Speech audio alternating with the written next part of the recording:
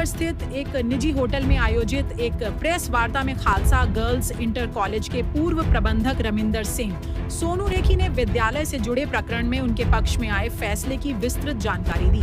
उन्होंने इस निर्णय को सत्य, ईमानदारी और न्याय की बड़ी जीत बताया। इस अवसर पर उपस्थित श्री गुरु सभा ब्लॉक नंबर 4 गोविंद नगर के पदाधिकारियों ने भी इस निर्णय पर गहरी प्रसन्नता व्यक्त की। पदाधिकारियों ने कहा कि संस्था हमेशा सत्य, ईमानदारी और समाज सेवा के मार्ग पर चलती रही है। इस फैसले से सत्य की विजय हुई है और समाज का विश्वास और मजबूत हुआ है।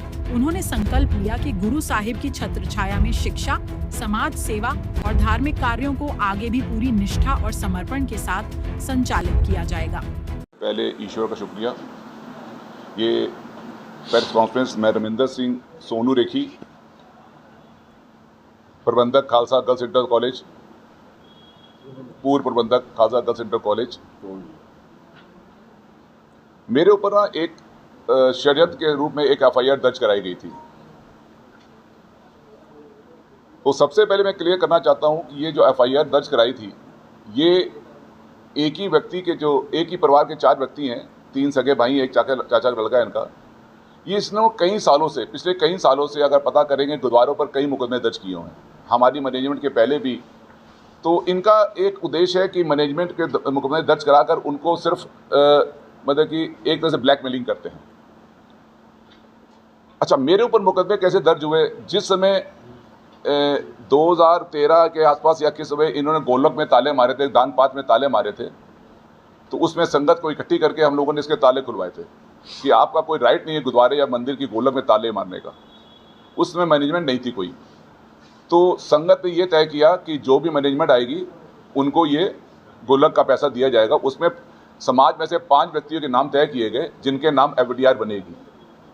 वो व्यक्ति हमारे समाज से ही हैं, 5 व्यक्ति हैं। उसमें से एक इस परिवार का भी था, इन्होंने कहा हमारे परिवार का व्यक्ति होगा, और एक महेंद्र कौर जी जिनकी मृत्यु हो चुकी है वो भी थी। जिसमें 2017 में 16 में इलेक्शन हुआ एसीएम कार्यालय में, तो हमारी 17 के 17 सदस्य जीत कर आए। तो हम लोगों ने इनसे एक आग्रह किया कि सब मिलकर वो जो पैसा है एफडीआर का वो गुरुद्वारे में दिया जाए ताकि गुरुद्वारे में लगे, गुरु घर के जो काम हो। लेकिन 4 व्यक्ति ने साइन कर दिए, इन्होंने साइन आज तक नहीं किया। आज तक वो एफडीआर पेंडिंग पड़ी है। मैं ये बता रहा हूँ कि ये मंशा इनकी क्या रहती है। आज तक एफडीआर पेंडिंग पड़ी है।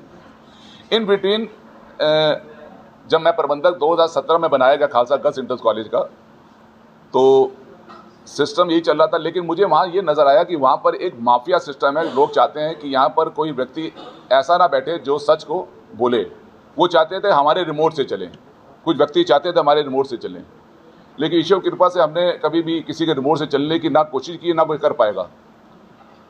तो उस समय मुझे जब मैंने प्रबंधक के कार्यकाल दौरान देखे, कुछ मुझे दिक्कतें नज़र आई। मैंने कुछ पूर्व नियुक्तियों के लिए डीएस को एक पत्र लिखा कि पूर्व जो नियुक्ति हुई हैं फर्जी हैं, क्योंकि मैं देख रहा हूँ क्लास में वो पढ़ा ही नहीं पा रही, वो कुछ समय दे पा रही, या कुछ वहाँ की लीडिंगशिप आई हुई हैं। तो उसका बेसिकली क्या था, मैंने इसकी जांच के लिए एक पत्र लिखा था, जिसके बाद मेरे पर बड़ा दबाव बनाया गया। मुझे बहुत दबाव, यहाँ तक कि मुझे जान से मारने की धमकी दी गई थी और ये कहा गया था तो सुपारी दे दी गई है, वो दे दिया गया, ये दे दिया गया। लेकिन कोई दिक्कत नहीं, हमने गुरु का, देखिए गुरबानी में लिखा हुआ है मरण लिखा है, मंडल में लिखा है, हमारा मरना ईश्वर ने तय किया हुआ है। और जब उसने मारना होगा कोई बचा नहीं सकता, बचाना होगा कोई मार नहीं सकता। हम तो ईश्वर पर विश्वास करते हैं। खैर, मैंने उसके लिए जब पत्र लिखे तो मुझे दबाव बनाया गया कि आप ये सब काम ना करो। लिहाजा जिस समय मेरा कार्यकाल समाप्त हुआ प्रबंधकी का, तो इन्होंने षड्यंत्र रूप से एक सिस्टम बनाया कि ये दोबारा प्रबंधक ना बने या कुछ ना बने। हमको ये भी कहा गया कि तुम आगे ना हो, अगर आगे आओगे तो तुम्हारे ऊपर मुकदमा। में कहा देखो संगत ने सेवा लगानी, जो लगाएगी हम करेंगे सेवा। तो इन्होंने हमारे ऊपर फर्जी मुकदमे, इसमें पूरा गिरोह है, कुछ नाम जल्दी सामने आएंगे, पूरा गिरोह है। वो इकट्ठे मीटिंग करके इन्होंने एक फर्जी एफआईआर पहले तो अधिकारियों से कराने की कोशिश की। माननीय मैं जिलाधिकारी महोदय से मिला, जिलाधिकारी महोदय भी मालूम था, उन्होंने कहा नहीं ऐसा कुछ नहीं होगा, क्योंकि सारे कागजात मेरे पास बिल्कुल नीट एंड क्लीन थे। जैसा कि आपने बताया कि इलेक्शन उस समय जो हमारे 3 आदमी थे इलेक्शन कमिश्नर, आप थे, एक हरपाल सिंह जी थे, एक यहाँ पर डॉक्टर साहब है वो थे। तो ये पूरा इलेक्शन कमिश्नर में बैठा था, इलेक्शन हुए थे, आपके पत्राचारों में मेरा देखिए पॉइंट पर आ जाएं। अब इसमें इनका मकसद एक ही है, इनका मकसद ये है कि कोई व्यक्ति यहाँ पर जो बैठे वो हमारे रिमोट से चले ना बैठे, इसीलिए इन्होंने बाहर जाकर मुकदमे दर्ज कराए। मुकदमे में इन्होंने जो धाराएं लगवा सकती वो लगाई, लेकिन मान लीजिए हाई कोर्ट जी का जितना देखिए न्यायालय पर मुझे विश्वास था, ईश्वर पर विश्वास था और न्यायालय पर विश्वास था कि जो होगा सही होगा। वहाँ से जैसे फिर रिपीट करें, इनकी जो FIR को पूरा जज साहब ने रद्द कर दिया कि ये टोटल फर्जी FIR है। तो आप लोग से यही निवेदन करना चाहता हूँ कि देखिए, हम आपके माध्यम से समाज को भी कहना चाहते हैं कि आप आगे आएँ। ये किसी मेरे पर्सनल घर का काम नहीं है, ये काम समाज में आप सबका काम है। आज हमारा सबका राइट बनता है, आप सबका राइट बनता है कि हमारे जितनी भी शैक्षिक संस्थाएं हैं या कोई भी संस्था है, उस पर कोई आदमी ऐसा काबिज ना हो जो अपने मनमानी करे या अपने घर के फायदे करने के लिए इन पर गलत प्रयोग करे। बस यही मैं चाहता हूँ कि जो व्यक्ति है उसको भाई अच्छी बात कही, वो ईश्वर के आगे जाके अपना गुनाह मांगे, संगत को माफ करे। बस यही